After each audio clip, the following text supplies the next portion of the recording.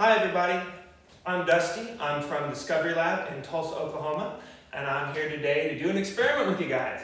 So our experiment is going to be about chemistry.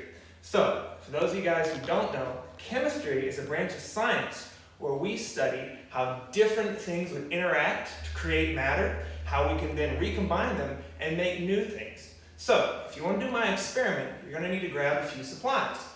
First thing you're going to need is some baking soda. If you don't have baking soda, you can substitute baking powder, or if you have acids. However, if you do use those, you're going to need to use more than what I'm going to use. The next thing you're going to need is some vinegar. If you don't have vinegar, you can substitute with lemon juice, lime juice, orange juice, any good citrus juice will work. Again, if you do use orange juice, you might need to use more than I'm going to use. Then you're going to need a bottle. Your bottle can be any size, any shape. A smaller one works better, and you're going to want a pretty small opening or mouth. You don't want it too big. You want one that's going to be a bit smaller, like this one right here. The next thing you're going to need is a balloon.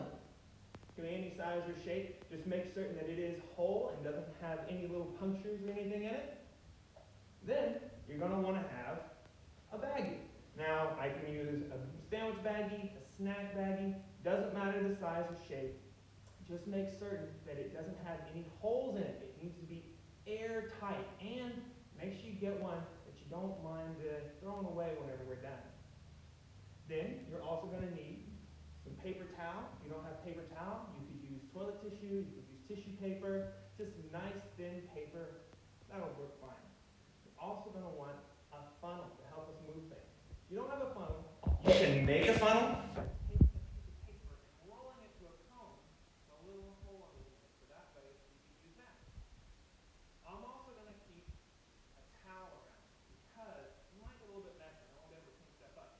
So why don't you guys go grab your supplies, and I'm going to talk to you guys a little bit about reaction.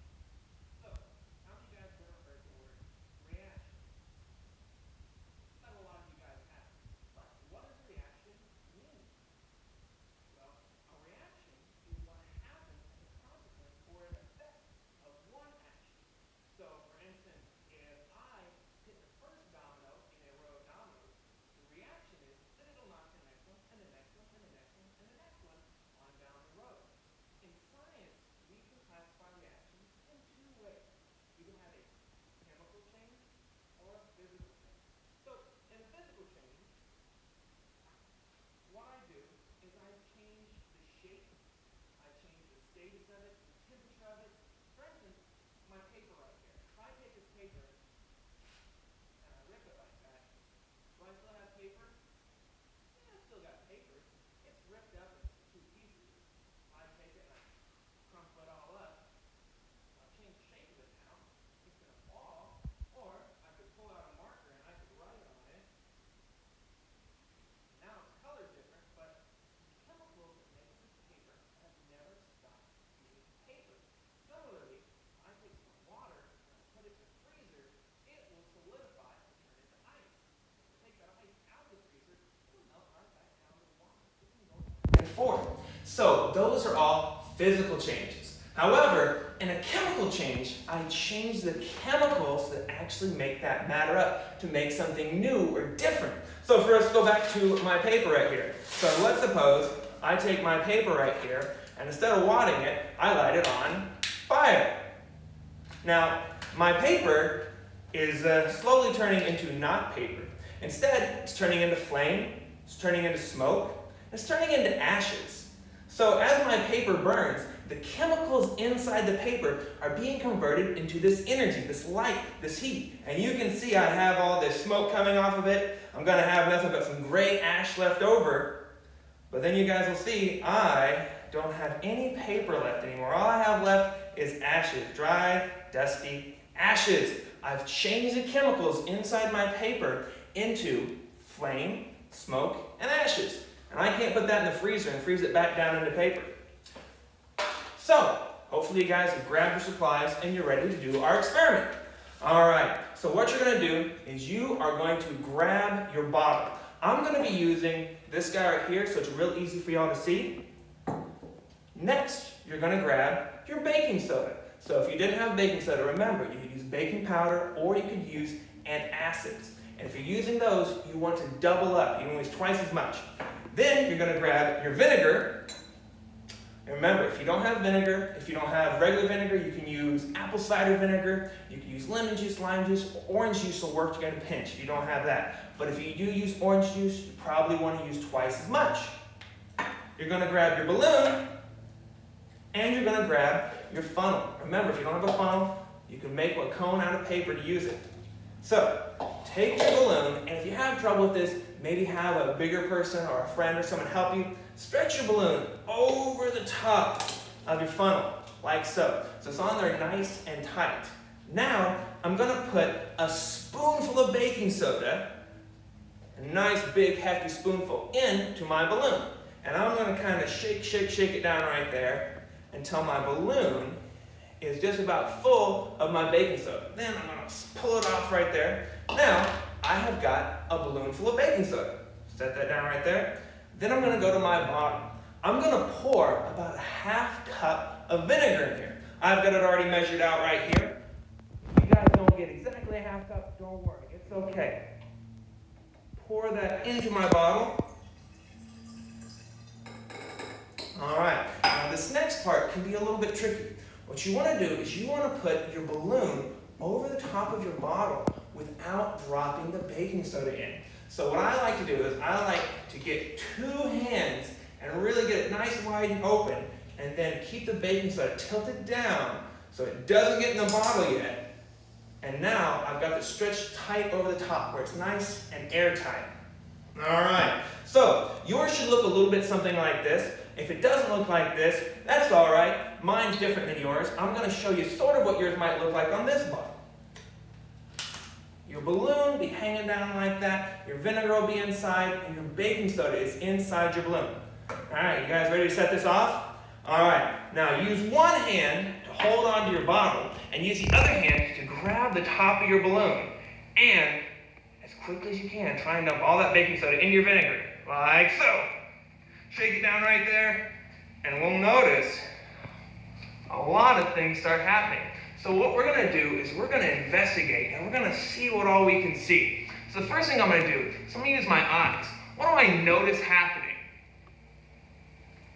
I can see a lot of things changing right here. If I look down here, I can see a lot of things changing as well.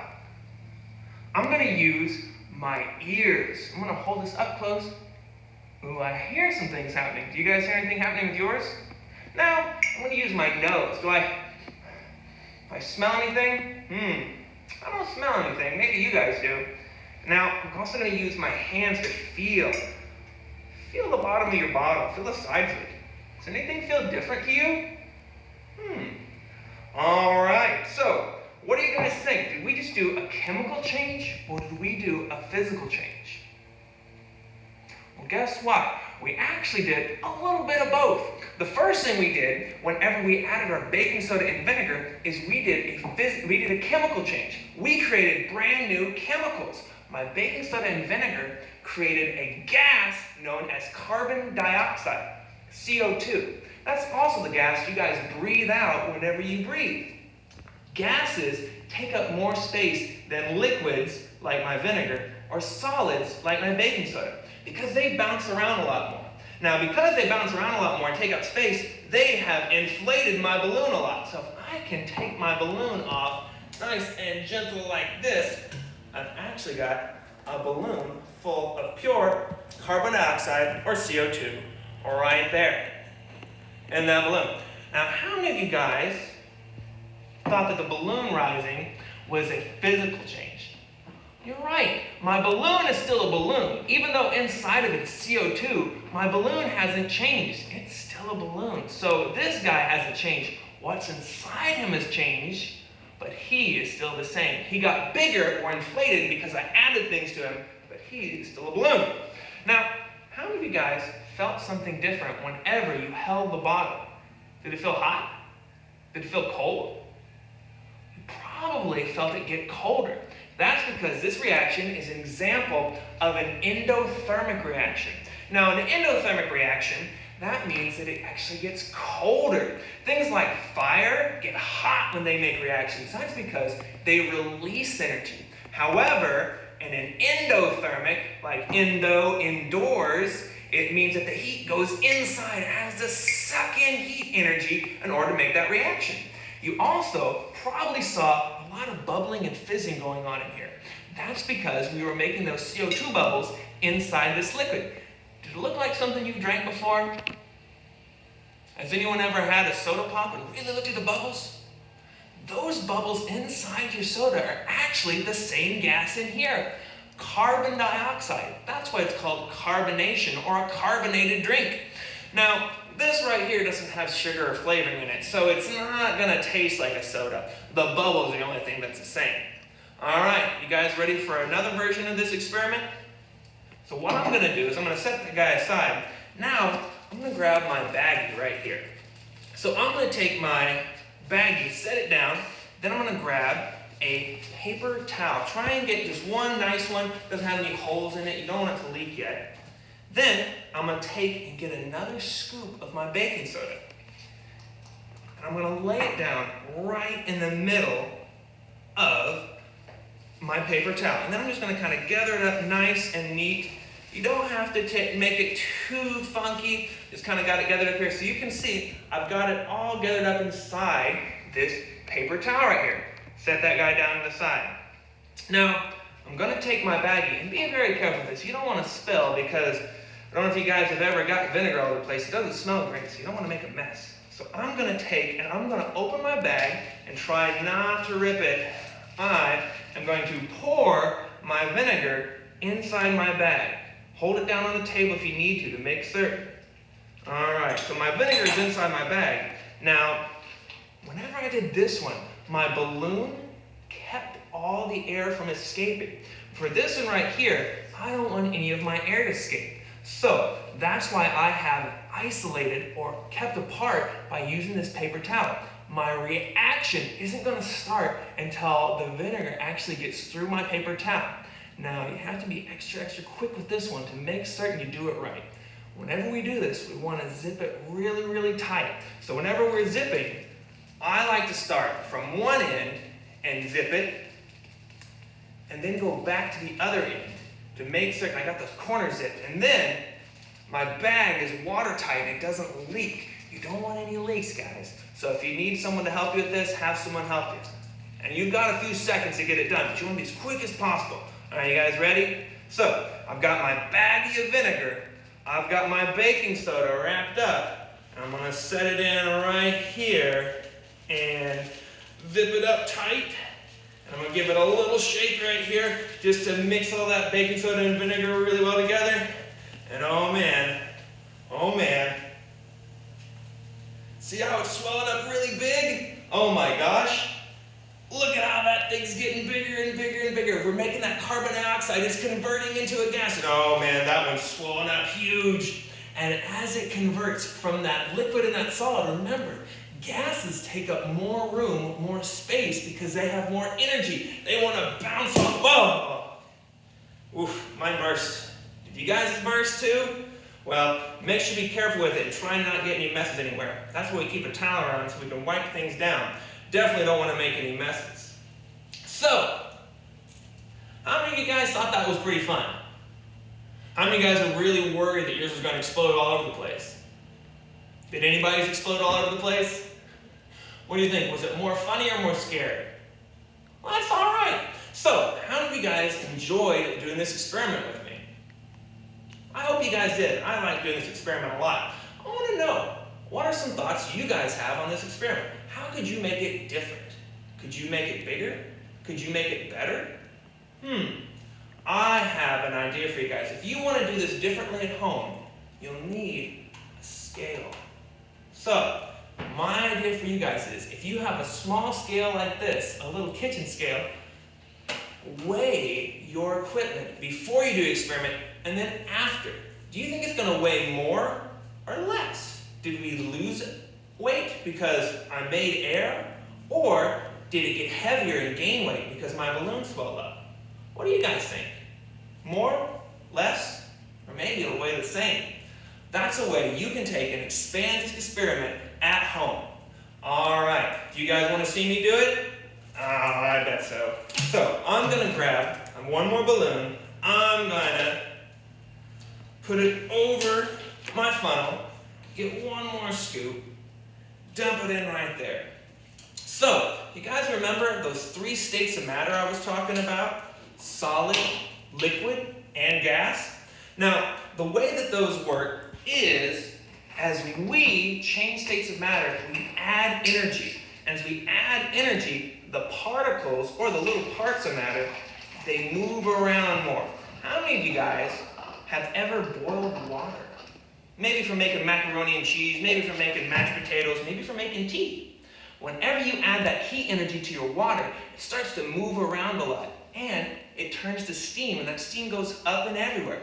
As we add more energy to things, they want to spread out and start to wiggle around and move a lot more.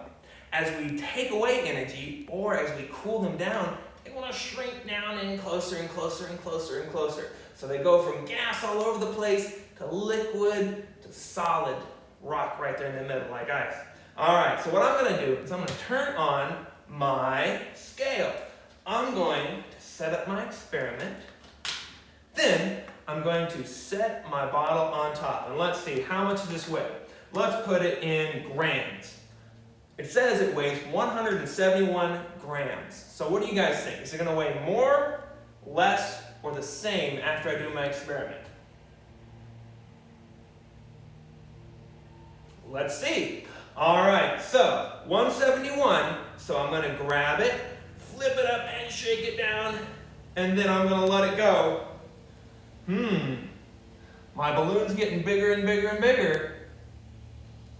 But my scale still reads 171 grams. It didn't lose or gain any weight. That's because all those little particles, all those little pieces of matter are still here because I've made what's called a closed system. No air could get out, no air could get in, nothing could move in and out of this bottle and this balloon, so everything that was inside of it is still here, just in a different form. So, this is an example of the law of the conservation of mass, which says that you can't create or destroy mass, you can only change its state. So, how many of you guys like doing experiments like this at home? What do you think would change if you used some of the substitutions that I told you about? Did anybody use the substitutions? Did anyone use lemon juice? How about orange juice? You know, I bet if you tested, you could find that there's actually a lot of juices that do this. The reason why this experiment works is because this is an example of an acid-base reaction. So, vinegar, lemon juice, orange juice, and lime juice, and a lot of other things are all examples of acids. Now, whenever we're talking about acids and bases, we have a scale we call the pH scale.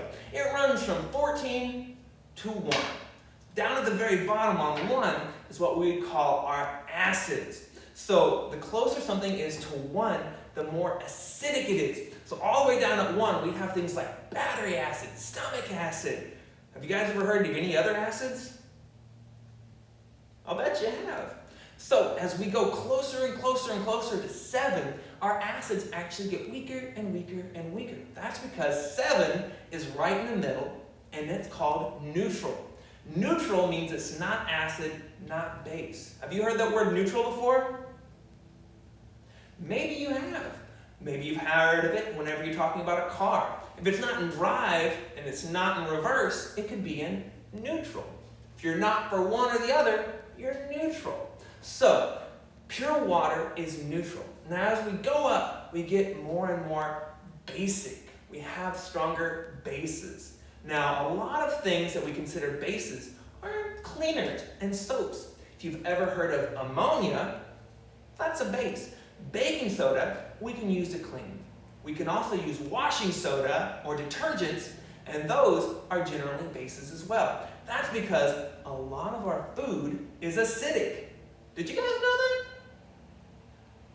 Yeah, even things things like tomato sauce are technically acidic. That's why we want to clean them with bases, because whenever they react together, they neutralize or they cancel each other out to make each other closer to water. Now, you might be wondering, well, how does baking soda and vinegar turn into carbon dioxide? Well, the answer is, if we could look at the chemicals or the elements, actually, that make up baking soda, we would see a lot of things. Baking soda is called sodium bicarbonate, which means it has carbon in it. So, do you remember what we called it CO2? Carbon dioxide? So it's already got the carbon inside of it. Vinegar, believe it or not, is actually mostly water. Vinegar that I have here is about 95% water. The other half is an acid. Now the acid is called acetic acid. If you guys were using something like lemon juice, you probably had something called citric acid inside of it, which is still an acid, and so it's going to react. When those acids react with our bases, the carbon that was stuck inside the baking soda reacts with oxygen that was stuck inside of our acid, and then they mix together to create our CO2. How many of you guys like to play with Legos? Or any other type of building material? I'll bet you guys do. If you only had 100 Legos, could you only make one thing? Could you make 10 things? Or could you make pretty much anything? Believe it or not, almost only 100 elements exist. There's a few more, but they are very rare and they don't even last very long. But out of those 100 elements, we can build everything. You, me, the sun, the grass, trees, animals, cars are all built out of those 100 or so building blocks. We just rearrange them, stick them together in different ways. So that's how we can take and make new creations from the same elements. Well, hopefully you guys didn't make too much of a mess. I luckily enough didn't make a big one. If you made a mess, make sure you clean up. Don't want to leave any messes. So, hopefully you guys have had a lot of fun hanging out with me here at the Discovery Lab. Before I leave, why don't we go over some of the things that we learned today? First of all, reactions. A reaction is something that happens as an effect of one thing happening. We have two different types of reactions in science. We can have a chemical change or a physical change. In a physical change, my chemicals remain the same. Their shape just gets changed or their temperature gets changed, like crumpling up paper or freezing water to make ice. In a chemical change, the chemicals are actually made into new and different things. I even lose some of the stuff I started off with. For instance, burning my paper. Whenever I burnt it, I had smoke and ashes, but I didn't have any paper left over. The next thing is acids and bases. Remember, acids and bases are on a pH scale. The pH scale goes from 1 to 14. Closer to 1 it is, the stronger the acid. The closer to 14 it is, the stronger the base. At 7, in the middle, is neutral. The closer it is to 7, the weaker the acid or the base it is. Remember, our 3 states of matter. We had solid, liquid, and gas. Solids are the ones that have the least energy. They stay stuck together really closely.